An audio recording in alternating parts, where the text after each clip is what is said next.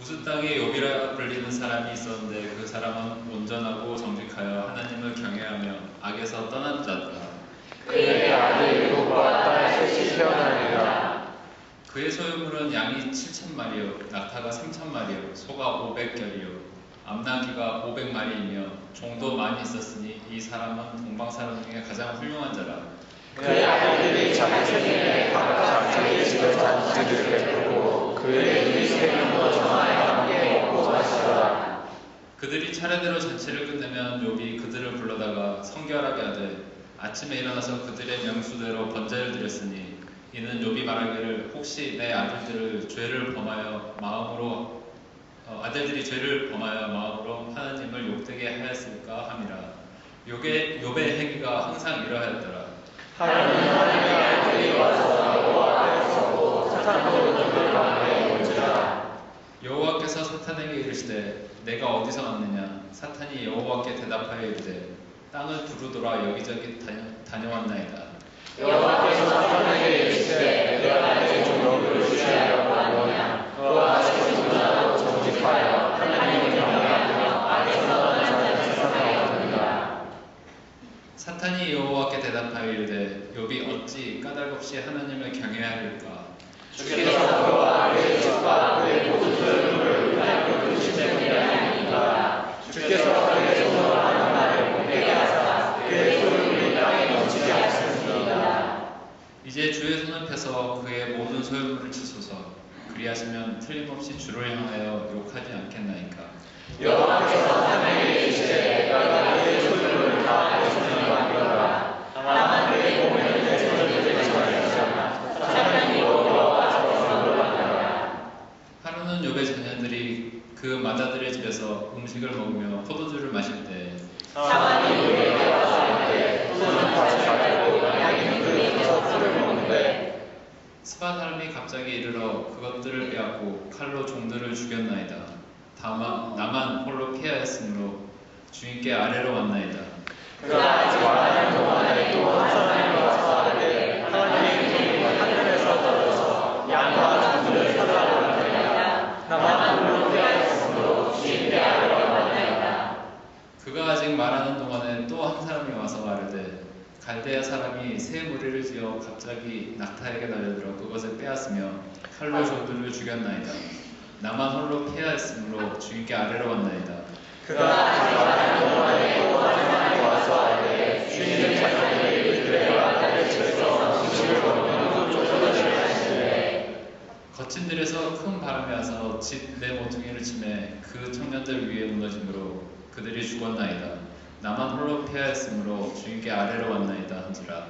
욥이 일어나 옷을 찢고 열매를 모으러 하나님을 예배하며 이르되 내가 모태에서 알몸으로 나왔사온즉 또한 알몸이 그리로 돌아가올지라. 주신 이도 여호와시요 거두신 이도 여호와시니 여호와의 이름이 찬송을 받을지이다 하고 이 모든 일에 우리의 범죄하지 아니하고 하나님을 향하여 원하지 아니하니라. 자, 오늘은 마귀의 이로 깨기라는 제목을 가지고 말씀을 나누도록 하겠습니다. 자, 일본 잉어로 알려진 코이에 대한 아주 재미있는 이야기가 있습니다. 코이를 작은 수족관에 넣어두잖아요. 그러면 2인치, 3인치 정도밖에 자라지 않는다고 합니다. 근데 조금 더 큰 수족관이나 연못에 넣어두면 한 6에서 10인치까지 자란다고 합니다. 그러나 정말 커다란 강속에 두면 36에서 48인치까지 자란다고 합니다. 이 코의 성장이 그가 속해 있는 그 세계의 크기와 매우 관련이 있습니다. 또 하나님의 창조의 원리 중에 하나가 아닌가 생각을 합니다. 그러니까 이것을 인간에게도 적용할 수가 있어요. 여기서 말하는 세계란 인간이 갖고 있는 어떤 생각, 마음, 정신, 크기와 그 연관이 있다고 믿습니다. 즉 생각의 어떠함이 그 인생의 성패를 좌우하는 건데, 그래서 주님께서도 무릇 지킬 만한 것들이 많지만 너의 생각과 마음을 지키라는 이유가 바로 여기에 있습니다. 자, 여러분, 사람은 하나님의 형상을 따라 만들어졌어요. 자, 앞뒤 좌우를 한번 쳐다보십시오. 옆에 있는 사람들. 하나님의 형상이 보십니까? 예. 하나님의 형상이 여러분 속에 있다면 상대방에게도 하나님의 형상이 보일 겁니다. 그럼 다시 한번 봐보십시오. 겉은 그렇게 생겼지만 하나님의 형상이라는 게 각 사람마다 남아 있습니다. 단 인간의 죄악으로 말미암아 그 형상이 오염되어 가려질 것뿐이지 우리의 모습 속에 하나님의 형상이 담겨 있다는 말입니다. 이 말은 우리가 이 세상을 살아가면서 죄악된 상태 그대로 살아간다면 그만큼의 인생으로밖에는 살아가지 못하는 거예요. 하지만 우리 모습 속에 있는 하나님의 형상을 말씀을 통해 하루하루 회복한다면 우리는 예수님이 말씀하신 대로 예수님 당신보다 더 큰 능력으로 살아갈 수 있다는 것을 알아야 합니다. 그런데 불행히도 우리들, 심지어는 이 교인들조차도 늘 조그만 수족관 같은 인생을 살아갑니다. 늘 부정적입니다. 크리스찬들 잘 보면 하나님을 찬양한다고 하지만 입술로 항상 부정적인 말을 하는 사람이 너무나 많습니다. 늘 부정적이고 늘 회의적이고 제한적이고 지극히 이기적이어서 구원은 받았지만 그렇죠. 하나님의 사랑은 받는 것이지만 하나님이 쓰려고 해도 도무지 쓸 수 없는 그런 인생들이 있다는 거예요. 그런데 이런 생각을 가져다 주는 것들이 있습니다. 그것이 바로 마귀라는 존재입니다. 여러분, 악한 영의 세력들은 존재합니다. 귀신, 마귀, 이거 성경이 말하는 바예요. 존재합니다. 그래서 오늘은 수족관 같은 인생을 살다 가게끔 만드는 이런 마귀의 공격을 능히 이겨내요. 하나님이 준비한 넓은 바다 같은 인생을 살아갈 수 있는 길에 대해서 여러분과 나누도록 하겠습니다. 마귀는 성도를 시험하는 존재예요. 시험하는 존재. 사람이 문제가 아니에요. 그냥 턱 던지는 말이 어떨 때는 괜찮은데 어떨 때는 그게 시험에 빠지게 되죠. 악한 것들이 우리 가운데 삼킬 자를 찾으면 두루 다닌다고 성경에 나와 있잖아요. 지금 이 예배 가운데서도 악한 것들이 어떻게 하면 하나님의 사랑에서 우리를 끄집어내릴까 돌아다니는 그런 세력들이 있다는 것입니다.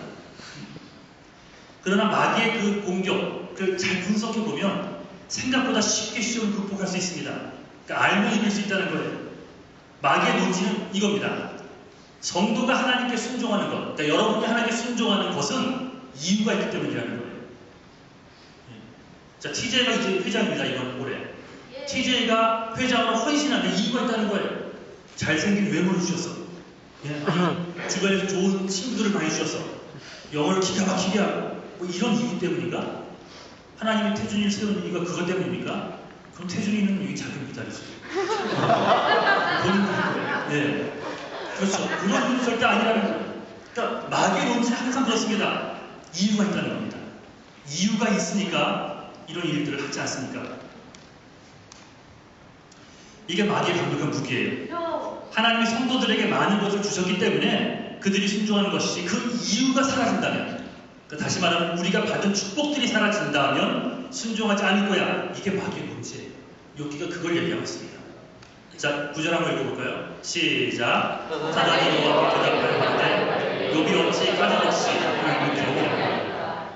욥이 하나님을 경외하는 데에는 다 이유가 있다는 거죠. 자, 10절 시작. 주께서 그와 그 집과 그 모든 소유를 손으로 두르시냐 아니니까. 주께서 그 손으로 하는 바를 복되게 하사 그 소유물로 땅에 올리게 하셨으니. 즉 이유가 있다는 겁니다.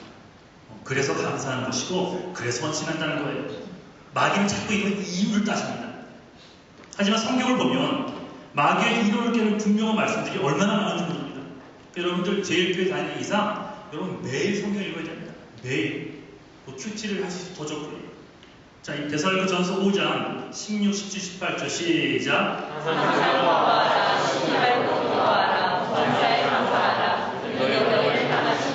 우리를 향한 하나님의 뜻이랍니다. 마귀는 이유가 있기에 기뻐하는 것이라 하지만 성경은 이유에 상관없이 기뻐하랍니다.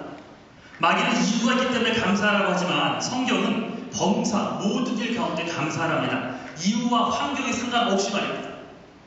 이 말씀은 마귀가 우리를 시험하는 근거 자체를 아주 송두리째 없애가는 그런 말씀이에요. 집에 바퀴벌레 많은 그런 집들이 있습니까, 여러분? 먹을 것이 없으면 바퀴벌레가 사라지는 걸 아십니까? 먹을 게 뭐가 많은 거예요. 특별히 땅바닥에 청소하지 않고 흘린 그런 먹을 것들.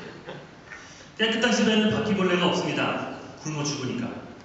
마찬가지로 악한 마귀를 역사하게 만드는 그 뿌리를 잘라내면 마귀의 시험력은 사라지는 거예요.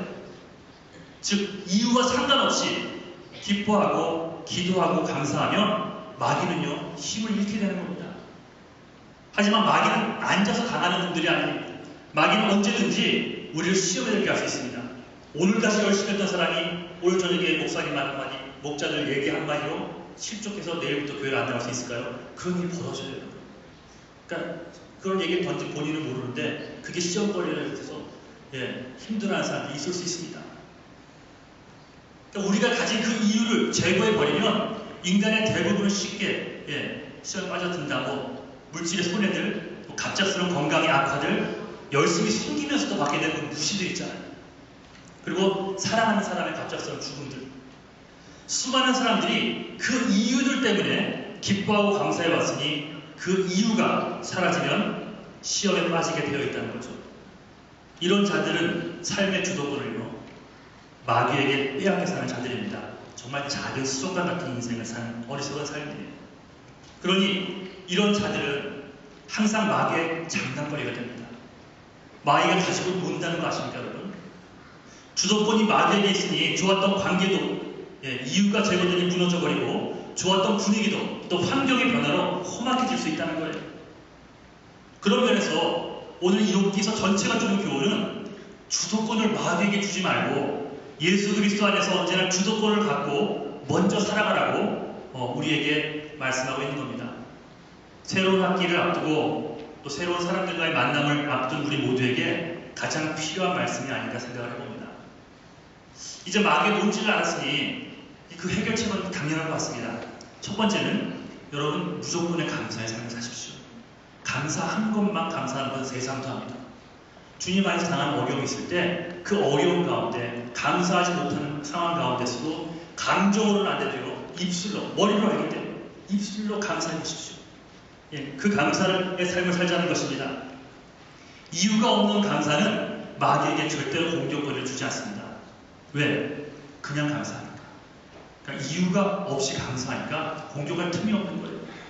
정확히 말하자면 마귀가 말하는 바 눈에 보이는 복들은 혹시 없어질지라도 마귀가 빼앗아갈 수 없는 복이 있으니 그것이 내 안에 계시는 예수 그리스도의 임재이기 때문입니다. 아멘. 내 안에 내가 죽고 이제는 예수로 사는 더 풍성한 복을 이미 누리고 있기에 마귀가 말하는 그 이유들 있잖아요. 이유들. 여러분이 죽고 못 사는 그런 이유들. 그런 이유들이 혹시 없어지더라도 우리는 늘 감사할 수 있는 것입니다. 예수 그리스도의 십자가 사랑으로 만족한다는 것, 그게 우리의 삶이 되어야 된다는 것. 그러니까 그 이유 하나만으로 예수께서 나의 주님이시고 내가 죽은 후에도 나를 천국으로 이끌 수 있는 유일한 분이심을 믿는 것, 그것 하나에 모든 것을 감사하니 마귀가 군대로 몰려와도요 우리를 이길 수 없는 것입니다.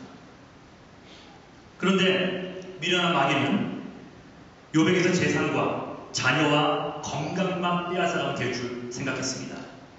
하지만 욥이 여기 지지 않습니다. 그 이유는 욥에게는 절대 감사의 삶이 있었기 때문에 그래요. 한번 읽어볼까요? 20절부터 시작. 욥이 일어나 겉옷을 찢고 머리카락을 밀고 하나님을 경배하되 내가 못해서 젖이 나왔은즉 또한 젖이 위로 돌아오리라. 주시는 자도 여호와시오 취하신 자도 여호와시오니 여호와에게 찬송을 부를지이다 하고 그 모든 일에 고백하지 아니하고 하나님을 향하여 어리석게 원망하지 아니하리라. 주신 이도 하나님이시요 취하신 이도 하나님이시라.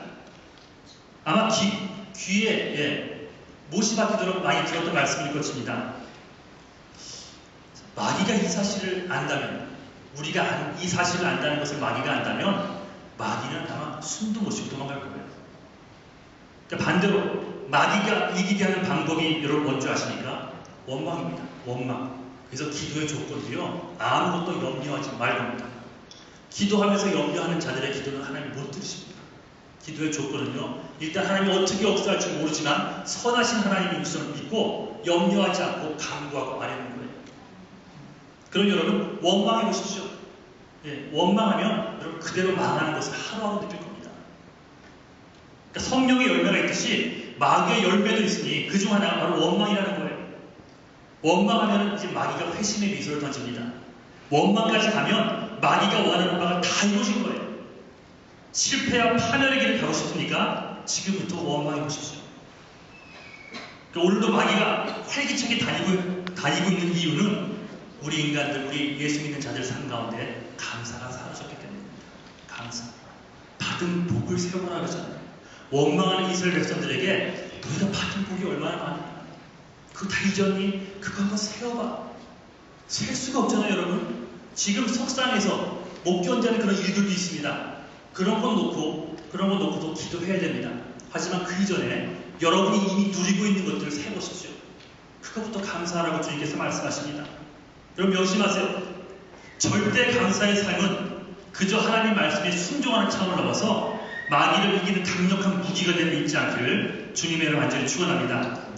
이제 십자가의 죽음과 부활을 통해 이미 우리에게 모든 것을 주신 예수 그리스도 한 분만으로 인해 여러분의 삶에 그 감사가 넘치기를 주님의 이름으로 간절히 축원합니다. 두 번째는요, 시시비비를 가리는 쪽이 아니라 사랑의 관계 회복적으로 나아가면 여러분 어떤 시험에서도 이길 수 있습니다. 욥에게 닥친 이 두 번째 시험은 사실은 관계를 깨는 시험이었어요. 욥기의 주제가 뭡니까? 고난입니까? 고난이에요, 여러분? 아닙니다. 고난을 통한 하나님과의 만남이에요. 고난은 여러분 그 과정입니다. 만남의 주제라는 거예요. 만남의 차원에서 바라보지 못하면 고난을 이해할 수 없습니다. 하지만 악한 마귀는 그 만남을 이루지 못하게 하기 위해 항상 시시비비, 옳은 것, 잘한 것, 이런 것 따지게 만든다는 거예요. 그 순간 우리는 마귀에게 지는 겁니다. 교회도 갈라지는 거고요. 3장부터 욥의 친구들이요, 이제 누가 잘했고 누가 잘못했고 따지기 시작합니다. 우리가 생각하기를 욥의 생각은 맞고 이 친구들의 생각은 틀렸다고 생각합니다. 하지만 본문을 자세히 들여다보면 욥도 기가 막히게 잘난 것은 없는 것 같습니다. 욥도 틀린 말을 많이 합니다. 많이 힘들기 때문에. 단지 욥이 친구들보다 조금 덜 틀렸다고 말할 수 있을지 몰라도 도토리 키재기 인간이 다 똑같습니다. 그런데 이런 지루한 논쟁 끝에 욥이 하나님을 만나죠. 42장 3장부터 41장까지 그런 논쟁이 이어지다가 42장 가서 하나님을 만나게 됩니다. 하나님을 딱 만나자 문제가 끝나버려요. 하나님 내려가 보십시오. 내가 잘못한 것이 무엇이 있습니까? 한번 말해보십시오. 내가 무엇을 잘못했는지. 그렇게 따지던 욥이요, 하나님이 나타나자, 하나님이 대면에서 얘기를 시작하자, 그가 고개를 숙이고 하나님을 얘기하십니다. 하나님 선하십니다. 내가 죄입니다. 고백하며 관계가 회복되어 버립니다. 42장 5절 6절 시작. 이제 눈으로 주를 배우라. 그리고 내가 스스로 하나님과 특별같이 회개하라. 욥의 고난 끝에 하나님을 만나게 됩니다. 여러분이 잘못해서 벌을 받는 거는요, 오해하지 마십시오. 여러분이 잘못해서 받는 그런 벌이라면 회개해야 됩니다. 하지만 하나님을 위해서 열심히 살아가다가 당하는 생각지도 못했던 그런 어려움들을 얘기하는 거예요. 그런데 그 어려움 자체로 끝나는 것이 아니라 그런 어려움 끝에는 하나님과의 만남이 있다는 거예요. 만약 고난만 있고 그대로 끝났다면 그 고난이 무슨 의미가 있겠어요? 하지만 욥은 고난을 통해서 그동안 피상적으로만 알았던 것들, 그런 하나님을 이제는 구체적으로 알게 될 겁니다. 여기서 1장에서 욥이 하나님을 경외했다고 기록했지만 피상적인 하나님이 있을 뿐이에요. 예를 들어 여러분 혹시 유지인이라고 아십니까? 유지인. 여러분들 진짜 유지인 아십니까? 우리 때에 누구라고 할까요? 수지입니다. 지금의 수지예요. 우리 때 이해하시겠어요? 제가 좀 40대 후반인데 우리 때 수지예요. 한번 만나보면 얼굴 조그맣고 이쁘고. 제가 그분을 만났습니다. 저 옆에 여의도 사람한테 상부 아파트가 그쪽에 어머니 신부를 갔는데 유지인이 탄 거예요. 근데 그 유지인이 저희 어머니 손님이에요. 우리 어머니가 패션 디자인을 했거든요. 그래서 그 얘기를 하니까 그러냐고 악수도 됐고요. 눈도 맞춰줬고요. 얘기도 나눴습니다. 그 다음부터 제가 학교 와서는 이제 피상적으로 알았던 유지인을 구체적으로 설명합니다. 얼굴은 어떻고 말할 때 보조개 같은 그런 얘기들을 할 수 있는 것. 여러분 하나님과의 관계도 마찬가지라는 거예요. 그냥 누구를 통해 피상적으로 들은 것 말고 여러분의 말씀을 통해 때로는 원치 않은 고난을 통해 하나님을 대면해서 알게 되는 순간이 온다는 것입니다. 그래서 친구들이 지적을 하자, 그 욥기 1장부터 읽어보면은 친구들이 지적하자 분노하며 논쟁을 벌이게 되지만 고난이라는 깊은 과정을 통해서 예전에는 귀로만 들었던 하나님 이제는 눈으로 직접 보고 깨닫는 그런 복을 누리게 된다고 고백합니다. 예전에 피상적으로 하나님을 경외했을 때에는 영적인 교만함이 있었어요. 하지만 이제 고난을 통해 그런 찌꺼기를 다 없애고 나니 진정으로 하나님을 만나게 되었다는 고백을 합니다. 그러므로 여러분, 어떤 어려움들이 찾아오잖아요. 여러분들은 여기서 공부하고 살아가면서 그러니까 좋은 일들만 생길 것 같습니까? 세상이 우리 예수 믿는 사람들을 놔두지 않습니다. 오해를 만들고요, 모함을 하기도 하고요, 손가락질을 하기도, 잘났다 그런 얘기도 하고요, 10개 잘하다가 한 가지 못하면 저런 애라고 소문을 내기도 하고요, 여러 가지 관계에 어려움도 있을 겁니다. 그런 시험이 왔을 때 여러분 이것 하나만 확인하면 됩니다. 내가 여전히 예수님을 사랑하는가? 이 가운데서도 여전히 나를 위해 생명 주신 그 예수님을 내가 사랑하고 있는가? 그리고 하나님이 여전히 나를 사랑하시는가? 당연한 거죠.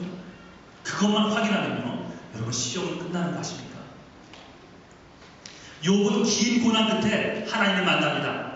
그 만남이 욥으로 하여금 하나님이 정말 나를 사랑하시는구나 라는 깨달음을 주었고, 내가 하나님을 사랑합니다 라는 고백을 이끌어냅니다.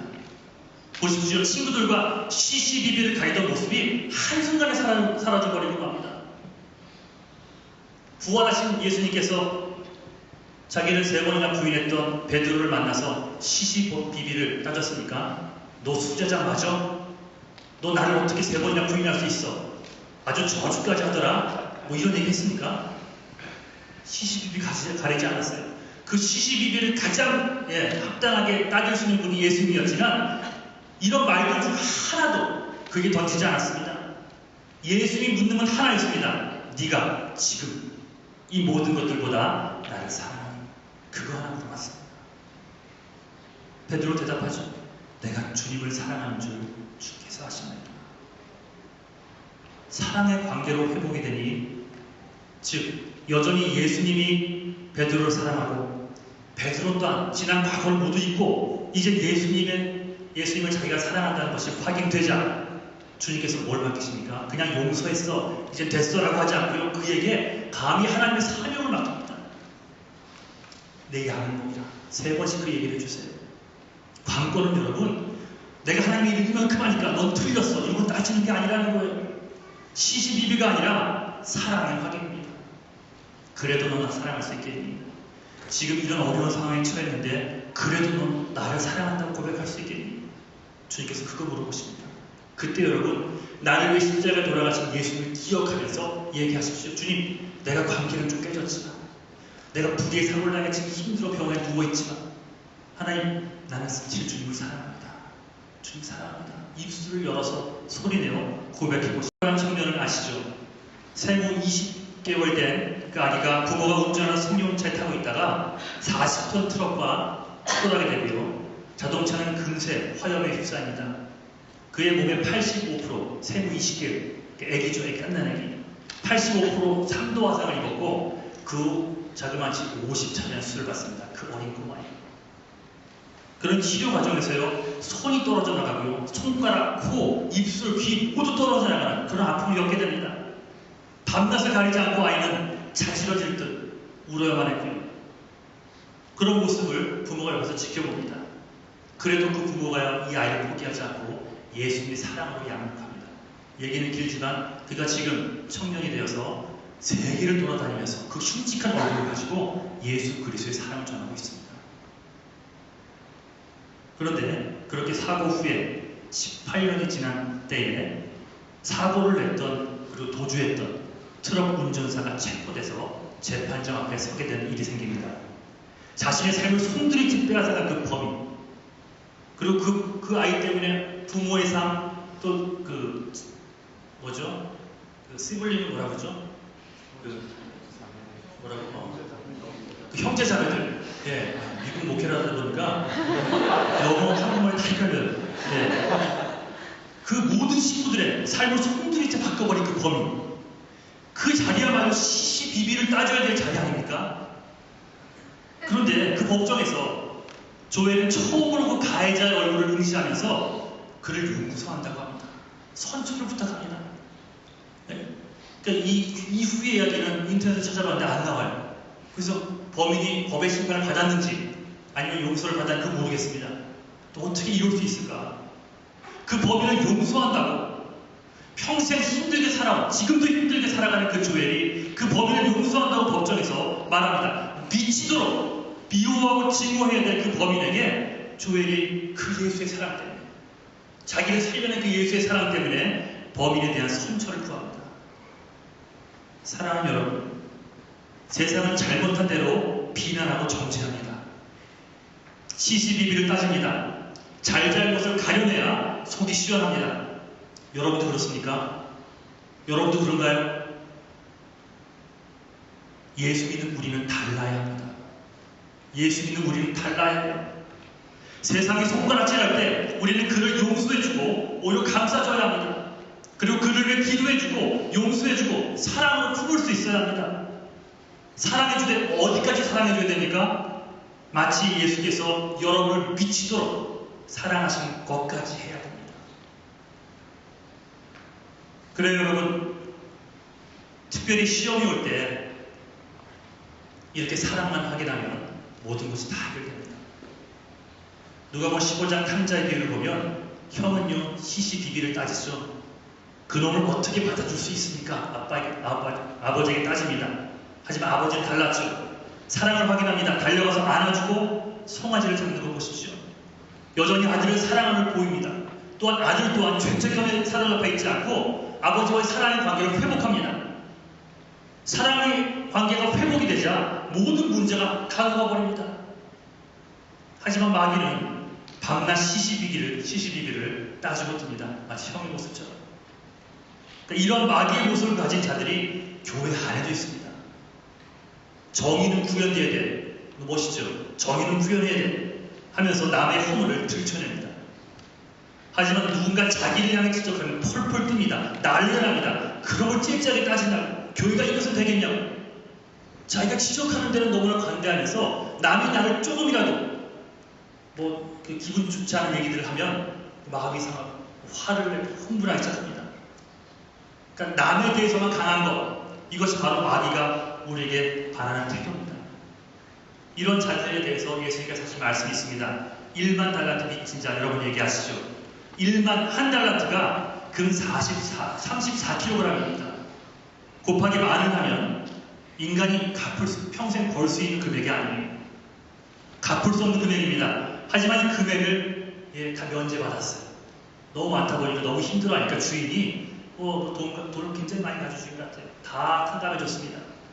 이 사람이 따졌을까요? 아니, 그럴 수 없습니다. 33달란트만 탕감해주시고 내가 1달란트는 제 힘으로 벌겠습니다. 그럴 사람이 있습니까?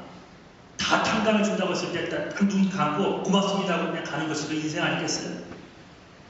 그러다가 자기에게 100데나리온 빚진 자를 발견하고 멱살을 잡고 감옥에 쳐넣습니다. 이 얘기 아시죠? 한 달란트가요 6,000데나리온인데 100데나리온 빚진 자를 잡아서 감옥에 넣습니다.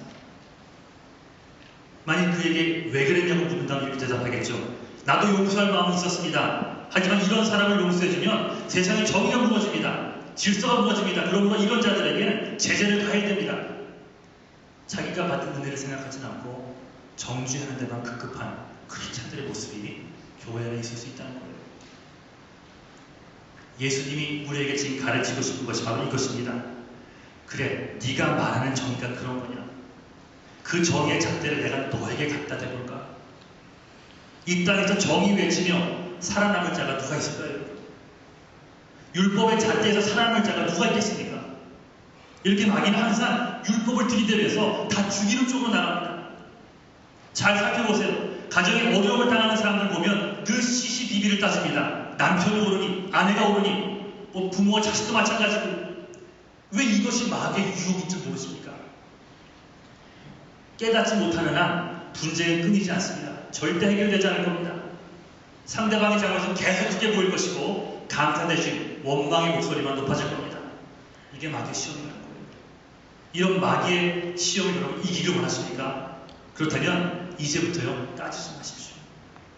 법의 심판을 받아야 되는 사람들은 법의 심판을 받아야겠지만 그렇지 않고 우리 삶 가운데 펼쳐진 일들 가운데서 어떤 일들이 터진다면 옳고 그름 그렇게 따지지 마십시오. 시시비비를 따져왔던 모습을 십자가 앞에 내려놓으십시오. 오늘부터 시작하십시오. 그리고 사랑의 관계를 확인하십시오. 사랑의 관계를 회복하는 순간 마귀는 더 이상 우리의 감정, 마음, 생각을 흔들어오지 못할 것입니다.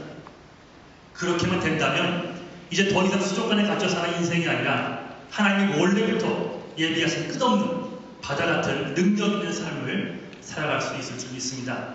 그러니 이번 학교 마귀에게 지지 마시고 모든 것을 감사함으로 승리하시고, 그리고 시시비비 따질 상황이 온다면 하나님이 나를 어떻게 생각했는가 그 사람 생각하면서 덮어주고 품어주고 나갈 수 있는, 그래서 여러분들의 이미 믿는 여러분들의 모습을 통해 예수 믿지 않는 자들이 예수를 궁금해하는, 예수를 믿게 되는, 그래서 생명을 얻게 되는 귀한 축복까지 이어지기를 주님의 이름으로 축원합니다. 자, 우리 자리에 앉은 채로